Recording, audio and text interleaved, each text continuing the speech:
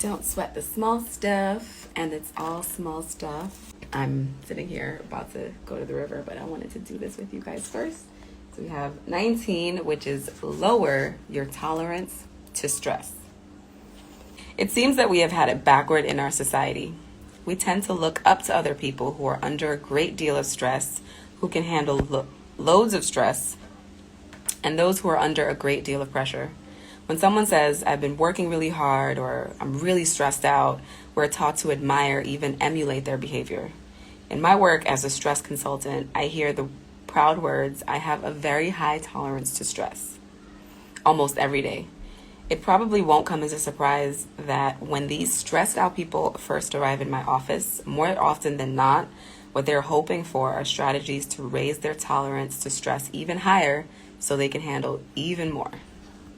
Right? Tendency to overproduce, overdo, right? Prove that you're of value in this world. So we stress ourselves out about everything and anything. Fortunately, there is an inviolable law in our emotional environment that goes something like this.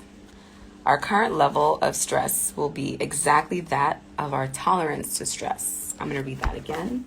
Ooh, these mosquitoes are getting me. I'm going to read that line again. Our current level of stress will be exactly that of our tolerance to stress.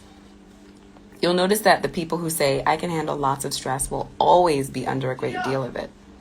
So, if you teach people to raise their tolerance to stress, that's exactly what will happen. They will accept even more confusion and responsibility until, again, their external level of stress matches that of their tolerance. Usually it takes a crisis of some kind to wake up a stressed out person to their own craziness. A spouse leaves, a health issue emerges, a serious addiction takes over their life. Something happens that jolts them into a search for a new kind of strategy. It may seem strange, but if you were to enroll in the average stress management workshop, what you would probably learn is to raise your tolerance to stress. It seems that even stress consultants are stressed out. What you want to start doing is noticing your stress early before it gets out of hand. When you feel your mind moving too quickly, it's time to back off and regain your bearings. When your schedule is getting out of hand, it's a signal that it's time to slow down and reevaluate what's important rather than power through everything on the list. When you're feeling out of control and resentful of all you have to do, rather than roll up your sleeves and get to it, a better strategy is to relax. Take a few deep breaths and go for a short walk.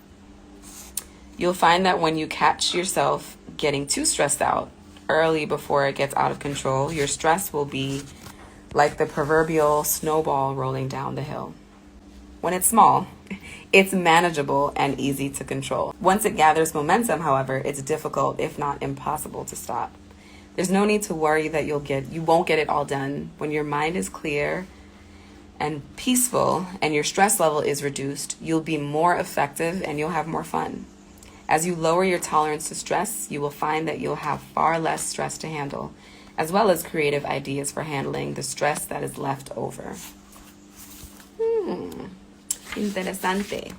Very interesting. So that's day 19. I will see you guys next time for day 20. Bye.